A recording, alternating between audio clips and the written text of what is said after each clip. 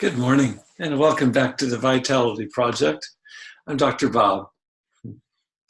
Yesterday we went even deeper in our reflecting on this particularly insightful and inspiring poem that I've been sharing here in the last few podcasts. It's a poem by the British author D.H. Lawrence.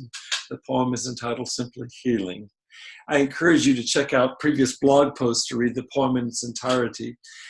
In this poem, he cautions against our placing expectations on ourselves or on others of any kind of quick fix cures for our addictive behaviors. But even when he does that, he still manages to hold out hope for all of us. Lawrence speaks about a long, difficult repentance. That's a direct quote from the poem. You know, I had a fellow recovery clinician ask me just today, what does the word repentance mean? My friend comes from another country and another language of origin, and he simply wasn't sure what the word repentance means, at least in American English. I told him that many people in US culture associate the word with saying we're sorry or expressing remorse.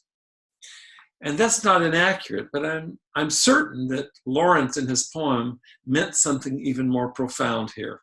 You see, the term that we use for repentance, and particularly the way that Lawrence used it, is translated in the Bible from a Greek word, metanoia, which really means, it has less to do with apologizing than completely turning our lives around 180 degrees.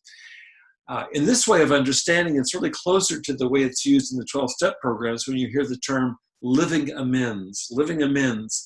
And it has, with this understanding of repentance, it definitely has less to do with something I say and more to do with something I do. But you could ask the question, what is it that we're to do specifically when it comes to recovery from addiction? And Lawrence goes on to give us a sense of what is required. And I'll just read directly from the poem here. He says, realization of life's mistake, that's one piece, and the freeing oneself from the endless repetition of the mistake which mankind at large has chosen to sanctify. I want to ask you to do something today. I want you to jot down just a few reflections on what your life's mistake or mistakes may have been, particularly as they pertain to your own addictive behaviors. What I want to do is come back tomorrow and explore this whole topic of mistakes more fully. And then what I'm really interested in doing is getting to the last part of Lawrence's poem, where he points in the direction of what we all want in regards to not only addiction, but our lives, namely freedom.